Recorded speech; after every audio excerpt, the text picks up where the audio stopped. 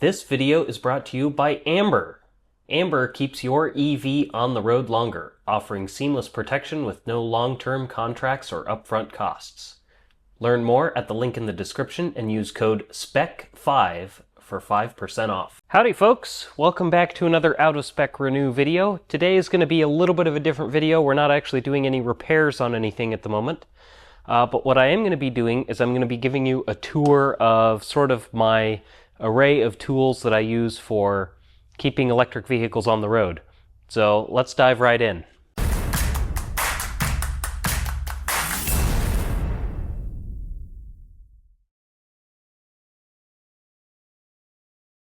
Alright, so first things first, as we come right up, I've got my toolbox set up here. And the first thing that we're actually going to look at is kind of what I have in this cabinet here.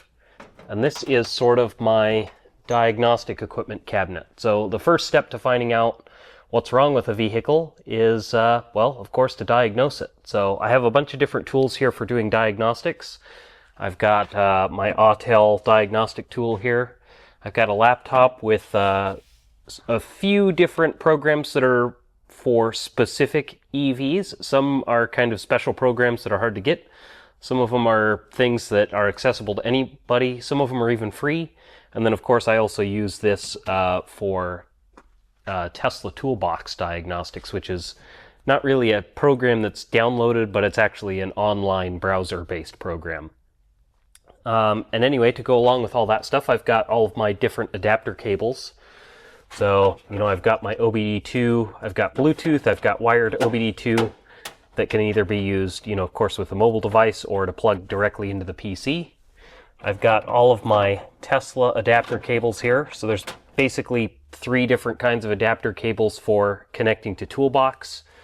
On your old school, you know, legacy Model S and Model X, we've got this cable here. So they call this a FACRA cable. So it's basically just Ethernet. So one end is an Ethernet connector. If you don't have a computer that has an Ethernet connector, you can use an Ethernet to USB adapter. And then this end just plugs right into the car. So that's just a little 4-pin Ethernet connector. For Model 3, sort of the first, 3 years of production more or less, they have a connector under the dash that this would plug into. And again, the other end is just an Ethernet cable. And then actually the latest, you know, for the last couple of years on Model 3, and I think basically all Model Ys, they use just a direct Ethernet connector under the dash. So you're literally using just Ethernet to connect to the car. Then I have a few other cables for connecting to Scan My Tesla, which is an app that you can use to look at cell voltages and stuff. So this would be for Model 3, Model Y. And that just, you know, is an adapter to go from the car to just a Bluetooth dongle. I also have them for refresh Model S and Model X, and then pre-refresh, so nose cone Model S. No, I think it's pretty much just nose cone pre-refresh Model S that uses that one. Then we've got a few other cables and stuff here. This is for Volkswagen products for the program I have. This cable I built specifically for the Toyota RAV4 EV to be able to connect to Scan My Tesla to look at cell voltages and stuff. It's basically an OBD2 Type 2 connector, which is normally used on 24-volt systems, but basically it's missing this little notch in the center. But yeah, that plugs into there, but it doesn't follow the same pinout as a normal OBD2 connector. So there's just basically a couple wire positions that are swapped between the two ends. And then it also doesn't have a 12-volt power supply on the car side. So I have just an external 12-volt power supply that I can just plug into a little 12-volt battery. This right here is for connecting to a Nissan Leaf battery outside of the car, and you can look at all the health stats of the battery using that. I think this is, yeah, that's some other CAN bridge programming thing for something that I probably don't deal with very much anymore. And then that's actually the same, that's just a different version of the Nissan Leaf battery communication cable.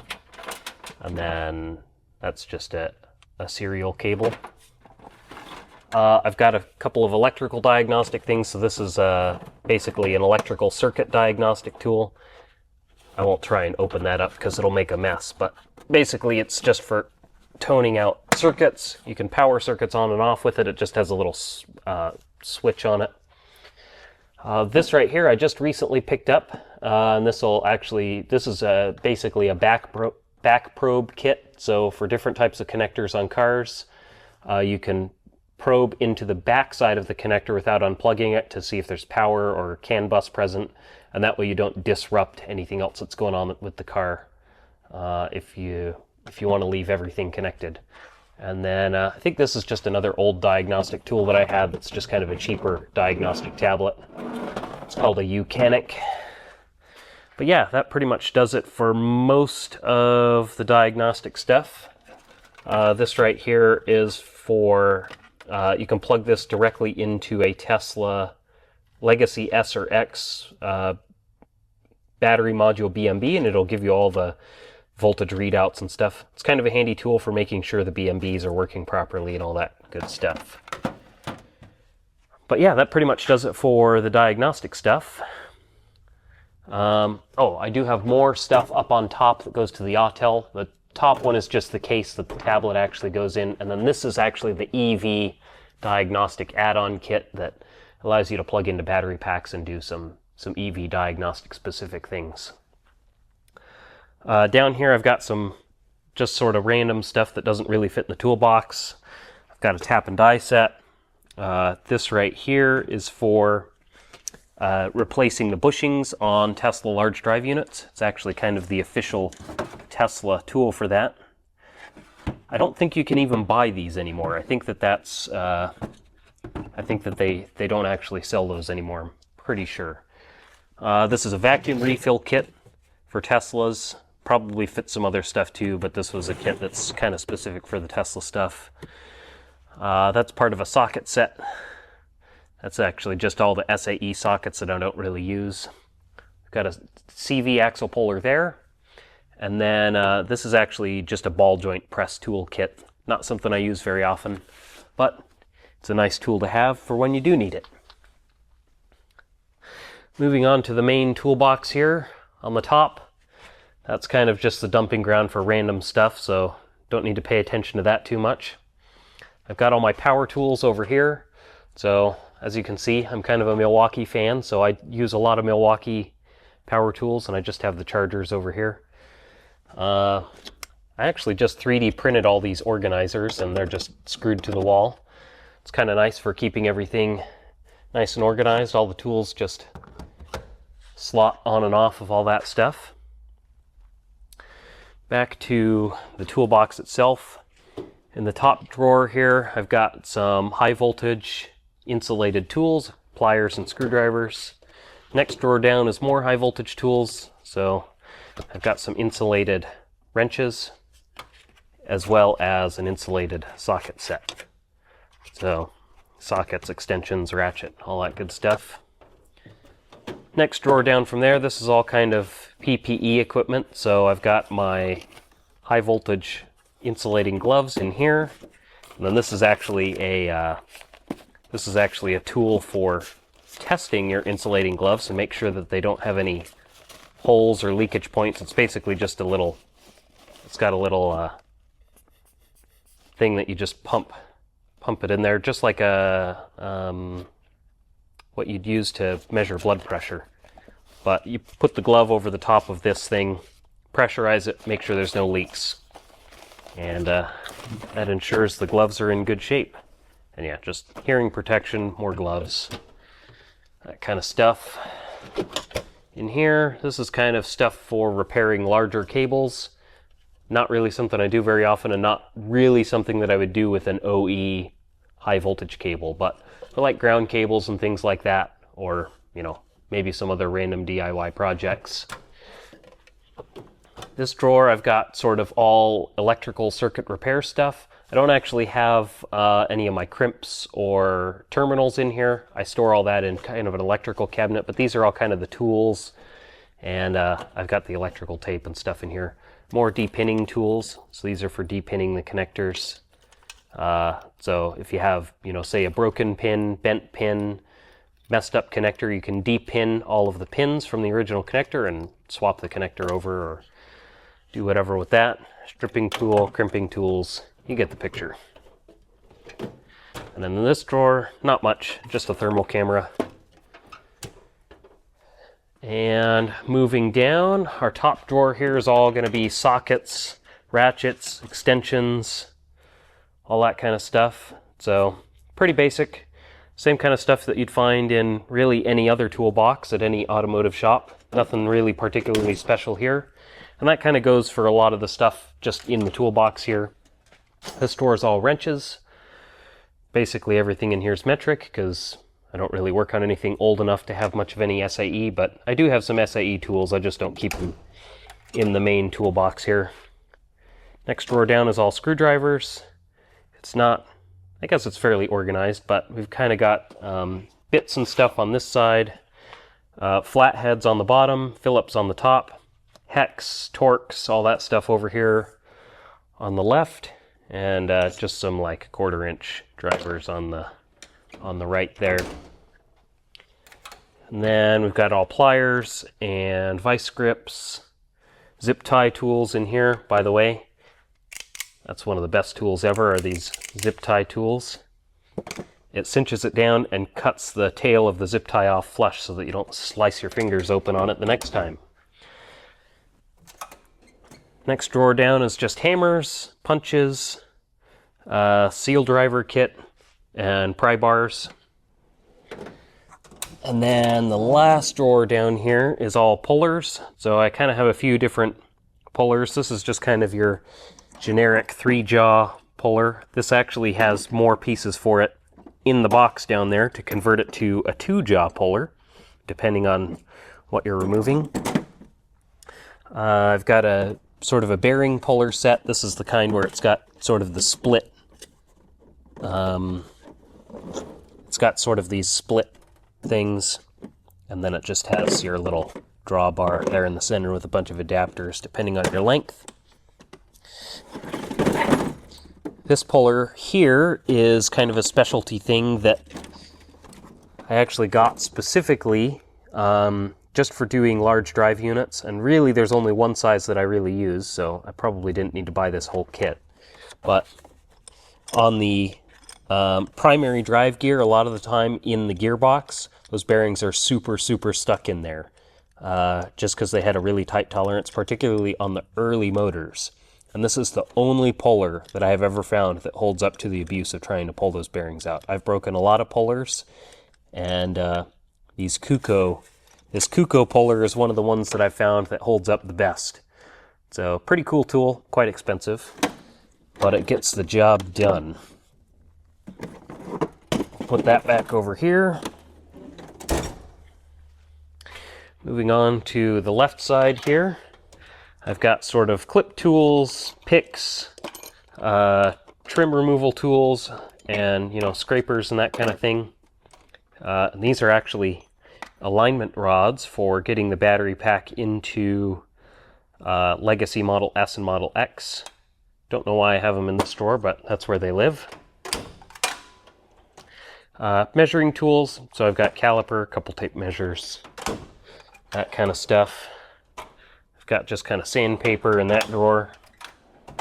And down here we've got some more kind of random tool kits and my heat gun. One of those things where it doesn't really have a proper home to go anywhere, but a lot of these are like, I've got brake flaring tools, I've got a riv nut kit, another puller. I think this is my slide hammer puller. And I think I've got another puller kit here too as well. Oh yeah, that's like a harmonic balancer puller. Of course, I don't do anything with anything that would have a harmonic balancer, but I have encountered other things that works pretty well for. And then over here on the right-hand side, top drawer is kind of consumables like zip ties. We've got my razor blades and knives, Sharpies, markers, scissors, stuff like that. This drawer is all my hex drive bits, so, you know, all 1/4-inch hex drive bits.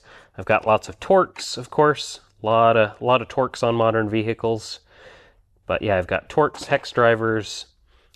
These are called an EPR Torx Plus. They're actually a 5-lobed Torx. There are some vehicles that use that. That's kind of like the new version of security Torx. Of course, everybody has security Torx anymore, so this is like the next step up, just another one of those special tools. And then this drawer, I've got my voltmeters and my mega ohm meter. So that's for measuring isolation resistance, and then this is, of course, just for doing all sorts of electrical diagnostics. Down here, we've got pretty much all just drill bits. This drawer is all kind of like coolant hose clamps, that sort of thing. Here we've got some files, wire brushes. This is sort of my thread repair, bolt removal drawer. So I've got, you know, sort of helicoil kits, bolt extractors, all that stuff. And then this drawer down here is just kind of cutting tools, grinders, hacksaw, all the blades and wheels and stuff for all those kind of things. But yeah, that kind of does it for the main toolbox. Now we can move on to kind of some of the other bigger tools. All right, so out here I've got all of my sort of larger tools. This right here is my motor clamp for working on Tesla large drive units, both for Model S and Model X, as well as the Toyota RAV4 EV and the Mercedes B-Class electric. This is actually something that I did the design work for back at in my time at QC Charge, which is now Conduit EV for the repair side of things. They actually do, at last I knew, they were actually making these available to folks for purchase. I've had a bunch of people ask me what this is. So if you're looking for this, contact the guys at Conduit and QC Charge, and they might be able to help you out with getting a hold of one of these. But yeah, it's basically just a motor stand with a clamp in it for working on the large drive unit. And then, of course, I've got a transmission jack for removing motors and drive units from cars. This is a pretty crappy transmission jack. I really need to get a new one. This one came with the shop with a bunch of other tools that I bought when I moved in here. And yeah, it leaks like crazy, and it doesn't work super well for the kind of stuff that I do. I mean, I guess it works okay, but it's missing like the arms, the cradle pieces. So sometimes trying to remove stuff can get a little bit sketchy. You have to strap stuff down pretty well to make sure it doesn't move around on there. And actually I have this, which is a piece that's meant to go on top of the transmission jack. That's kind of specifically for removing the motors on the RAV4 EV and the Mercedes B-Class. Again, another one of those projects that I worked on in my time at QC Charge. Unfortunately, this one does not fit on this transmission jack. So transmission jack is one of those next things that's kind of on my short list of things to buy. And then I'll finally be able to get that thing to fit on. And then the table that we have this sitting on, this is kind of my table for removing battery packs and subframes out of vehicles. It's definitely far from being the most ideal thing for those type of jobs, but it gets the job done for me. It's another thing that's kind of on my list of things I would like to get one of these days is an actual lift table. So that would be a table that's kind of a scissor jack that goes up and down for removing battery packs, subframes, drive units, that kind of thing. I've had my eye on a few different options, but they're quite expensive. So one of these days I'll get around to getting one of those, but for now, this thing gets the job done. But yeah, I really would like to have a lift table at some point in the not too distant future. Over here, I've got a press. So this, of course, can be used for installing bearings onto shafts and gears. And then actually kind of another thing that this was set up for in conjunction with this is a lot of the time on the Tesla large drive units, when they have the coolant intrusion issues, it can actually seize the rotor into the stator. And the only way to get it out is with a press. So this jig right here is meant for the end of the stator to bolt onto.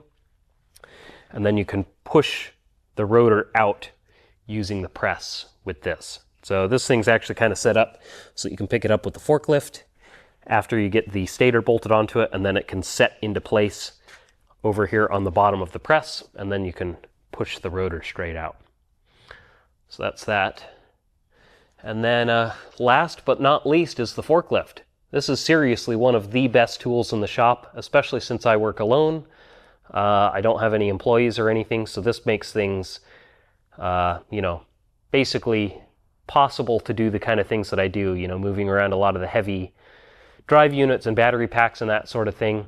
Definitely have to have a forklift. And then as an attachment on here, I have what I would call a stinger attachment. So there are companies that make things like this. This is something that I kind of put together myself.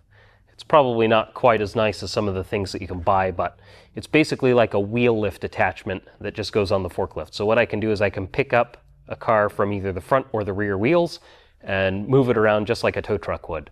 So it's really handy for dead cars that don't run, so that I can get them in and out of the shop.